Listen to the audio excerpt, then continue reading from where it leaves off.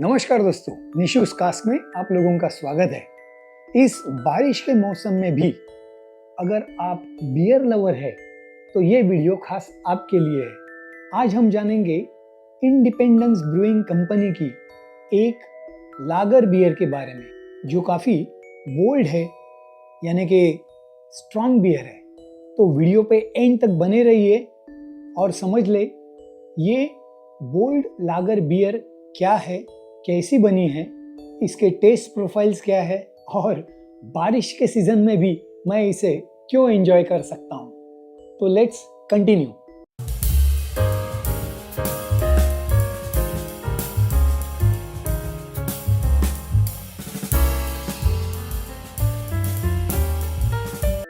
IBC यानी independence brewing company की ये एक लागर बियर है जिसे अप्रैल 26 के एंड के आसपास महाराष्ट्र में लॉन्च किया था। IBC ये एक क्राफ्ट बियर बनाने वाली कंपनी है। इनके कई पब्स है जहाँ पे क्राफ्ट बियर मिलती है, लेकिन इस कंपनी ने कैंड बियर में भी एंट्री की है। इंडिपेंडेंस ब्रूइंग कंपनी के बारे में अगर आपको ज़्यादा जानकारी चाहिए तो कुछ हफ्तों पहले मैंने इनकी ही व्हीट उनो नाम की एक बियर है, व्हीट बियर, तो उसका मैंने रिव्यू किया था। उस समय मैंने इस कंपनी के बारे में पूरी जानकारी दे दी है। आपको अगर डिटेल्स चाहिए तो वो वीडियो आप ज़रूर देखिए। इस बियर का मैन्युफैक्चरिंग एंड मार्केटिंग किया है अमलगमेटेड ब्रूअरीज प्राइवेट लिमिटेड ने। आप सोचते होंगे कि इस बियर का रिव्यू करने का मेरे दिमाग में क्यों आया। इस बियर ने मुझे अट्रैक्ट किया जबकि मैंने मेरी आदत के हिसाब से इसके ऊपर के इंग्रेडिएंट्स पढ़े, और ये इंग्रेडिएंट्स पढ़ने के बाद मैंने सोचा कि इस बियर की जो टेस्ट प्रोफाइल है, इसके अरोमा है, ये ज़रूर कुछ अलग से होंगे, और इसलिए मैंने इसको बाय किया और आपके सामने रिव्यू के लिए लाया। चलो तो पढ़ते हैं इसके ऊपर कौन से इंग्रेडिएंट्स हैं। इंग्रेडिएंट्स में पहले लिखा है वाटर, जो बियर बनाने के लिए काफ़ी ज़रूरी इंग्रेडिएंट है।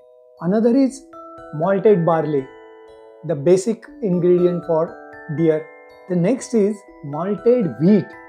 जी हाँ, लागर बियर में ये व्हीट की मात्रा कितनी है ये तो मुझे पता नहीं, लेकिन इस इंग्रेडिएंट ने मुझे थोड़ा इस बियर की तरफ खींच लिया। उसके बाद में है रोस्टेड माल्ट। जी हाँ, ये भी एक अलग इंग्रेडिएंट इन्होंने इस्तेमाल किया है। बाद में और एक इंग्रेडिएंट है, वो है ओट्स। ओट्स इनके उनो व्हीट बियर में भी इस्तेमाल किया था, जिसकी वजह से उस बियर का माउथ फील काफ़ी बढ़िया था, और इसमें भी सेम इंग्रेडिएंट का इस्तेमाल किया है। उसके बाद में है aromatic hops, then some botanicals. विच बोटेनिकल्स वो तो उन्होंने मेंशन नहीं किया, लेकिन सम बोटेनिकल्स का इस्तेमाल किया है।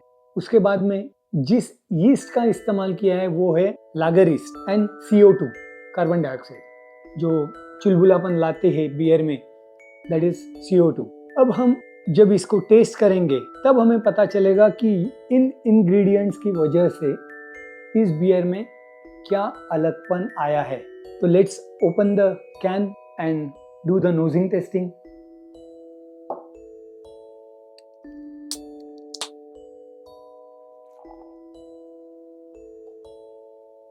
हेड देखिए काफ़ी ज़्यादा आ गया है और काफ़ी देर तक बरकरार है।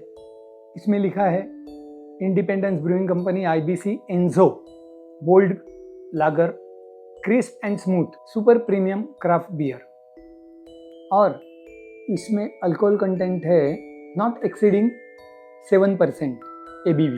7% से ज़्यादा नहीं है, यानी this is not very strong.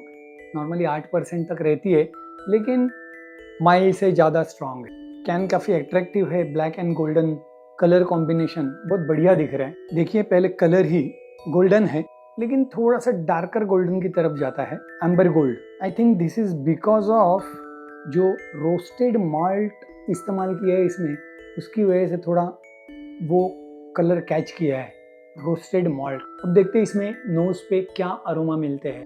Head काफ़ी देर तक बरकरार है, दैट मीन्स बियर बहुत अच्छी तरह डेवलप की है। Let's nose it. Malty aroma है, फ्रूटी है एंड होप्स का जो अरोमा आता है फ्रूटी, वो मुझे मिल रहा है। हेड कम होने के बाद थोड़ा सा मुझे कॉफ़ी एंड चॉकलेटी अरोमा मुझे मिल रहा है। ऑरेंज पील का मुझे थोड़ा सा फ्लेवर आ रहा है। देखते हैं पैलेट पे क्या मिलता है। Cheers guys, cheers. Malty sweetness निकलने के बाद एक हल्का सा बिटरनेस, नॉट मच, एकदम हल्का सा bitterness back of the tongue मिलता है। यानी मैं कहूँ मॉल्टी स्वीटनेस एंड हॉप्स का बिटरनेस इसको बहुत अच्छी तरीके से बैलेंस किया है। क्रीमी टेक्सचर है, काफ़ी क्रीमी टेक्सचर है। इसमें 7% एबीवी होने के बाद भी ये बहुत कम कड़वी है। और एक सिप में देखते हैं क्या मिलता है। फ्रूटीनेस है कहीं पे। पैलेट के कुछ साइड वाले जो पैलेट की टेस्ट बड्स रहते हैं उसमें मुझे हल्के से कुछ बॉटनिकल्स का एक टेस्ट मिल रहा है। यानी फॉर एग्जांपल मैं कहूँ कोरिएंडर कहिए या तो ऑरेंज पील कहिए, तो वैसी टेस्ट मुझे मिल रही है। कॉफ़ी एंड चॉकलेटी भी है, थोड़ा हल्का है, काफ़ी नहीं है लेकिन महसूस हो रहा है। इसके अगर माउथ फील की बात करें तो लागर बियर रहती है, उतना थीन भी नहीं है, और हेवी एल बियर जो रहती है वैसे थिक भी नहीं है। दिस इज मीडियम बॉडीड, बहुत मज़ा आ रहा है पीने में। स्ट्रॉन्ग बियर है ऐसे लगता ही नहीं है, और अच्छे कार्बोनेशन की वजह से क्रिस्पीनेस बहुत अच्छी तरह बरकरार रहा है। फिनिश की अगर बात करें तो वेरी क्लीन एंड रिफ्रेशिंग। और मैंने जब भी इसके हर एक इंग्रेडिएंट्स के बारे में थोड़ी ज़्यादा जानकारी ली, थोड़ा रिसर्च किया, तब मुझे जाके काफ़ी इंटरेस्ट तैयार हुआ कि ये बियर मुझे इस सीज़न में, यानी बारिश हो तो बारिश, लेकिन मुझे ये टेस्ट करनी ही है। तो उसकी कुछ झलकियाँ मैं देता हूँ, यानी कुछ डिटेल्स दे देता हूँ मैं आप लोगों के लिए। इसमें जो इंग्रेडिएंट्स है उसमें जैसे मैंने पहले पढ़ा मॉल्टेड बार्ले, जिसकी वजह से बिस्किटी, देन स्वीटनेस, ग्रेनी एंड मॉल्टीनेस ये मिलता है। बाद में इसमें है रोस्टेड माल्ट, जिस वजह से इसका कलर थोड़ा सा डार्क साइड पे जाता है, लेकिन साथ में हमें कॉफ़ी या तो डार्क चॉकलेट ऐसे फ्लेवर्स मिलते हैं। End of course roasted grain का भी एक अरोमा और टेस्ट पैलेट पे आती है। और इसी वजह से, ये रोस्टेड मॉल्ट की वजह से इसकी डेप्थ, बियर की डेप्थ और कॉम्प्लेक्सिटी और बढ़ती है। बाद में है इसमें मॉल्टेड व्हीट, जिसकी वजह से इसमें सॉफ्ट माउथ फील मिलता है, बियर में काफ़ी स्मूथनेस आता है, थोड़ी सी ब्रेड जैसी जो टेस्ट रहती है वो हमें महसूस होती है इसमें। बाद में अगला इंग्रेडिएंट है ओट्स, जिसकी वजह से क्रीमी और सॉफ्ट माउथ फील डेवलप हो जाता है और बियर भी मीडियम बॉडीड हो जाती है। बाद में है अरोमेटिक हॉप्स, जो बियर में बिटरनेस, फ्रूटी और फ्लोरल अरोमा देती है। बिटरनेस भी बैलेंस रहता है। उसके बाद में है इसमें बॉटनिकल्स, कुछ बॉटनिकल्स का इस्तेमाल भी किया है, जिसकी वजह से इसमें कोरिएंडर सीड या तो ऑरेंज पील या तो लेमन ग्रास जैसे फ्लेवर्स हमें मिलते हैं।